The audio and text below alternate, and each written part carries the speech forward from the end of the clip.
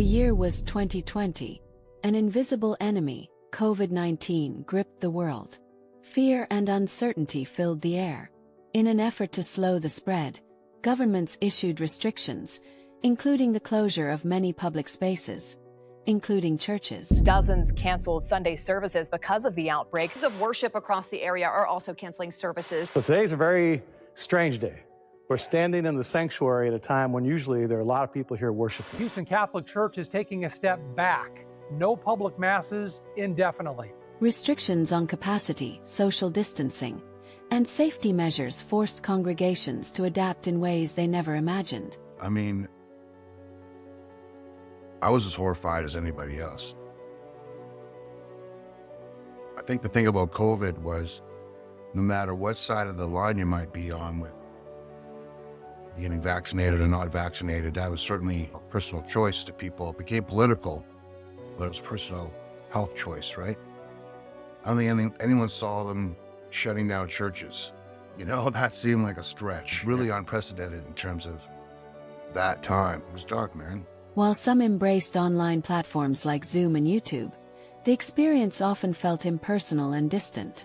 Worship wasn't providing the same sense of communion, and the deep connection people felt in physical gatherings was missing.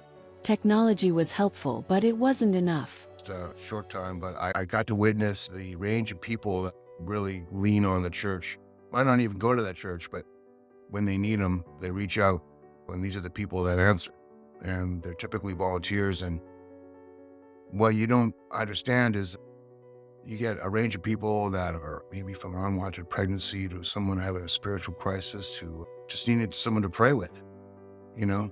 And I can't stress enough how important it is, because there's no end to the need of support, you know?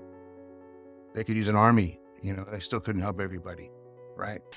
But what if there was a better way? Welcome to the next generation of worship. You know, with our group, we were delighted when we could, you know, realize that we could turn something like into a positive. So that's kind of the beginnings of the whole idea of a virtual worship space. Virtual worship spaces. Welcome to the next generation of worship. Hi, my name is Sean. I'm one of the creators behind the virtual worship spaces. Our mission was to create an ethical AI system rooted in the values of the community. Experience worship like never before. Engage with others in a fully immersive virtual sanctuary that feels just like home. We wanted to ensure that every engagement with our AI clergy was built around ethics and morals and rooted in faith. Fellowship is redefined with interactive spaces for Bible study, group prayer, and even casual meetups. Because the research is there that people are more than comfortable in confiding in an AI. And frankly, it's because they know they're not being judged. Whether you're at home, traveling, or facing mobility challenges, your place of worship is always within reach. But this is essentially what led us to discover the idea of making the AI clergy, where you could have a pastor available 24/7 to everyone.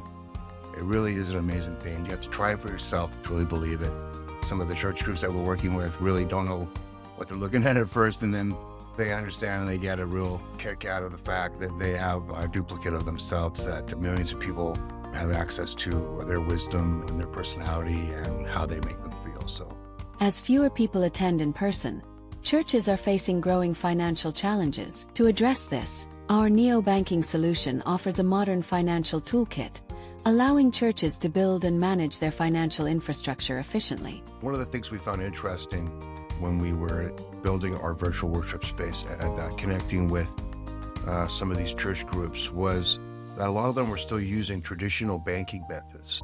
And most of them were aware that there were other options to do banking that would streamline their operations and frankly save them millions.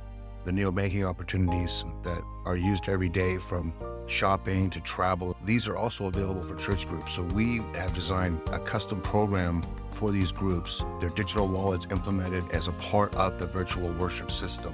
It's a streamlined system, so easy to use. Everyone that's come up to it has said, why didn't we have this all along? The truth is, it wasn't available. We brought it to the table. Are you ready to embrace the future of worship? Visit our website to learn more and schedule a demo. Together, let's redefine what church can be.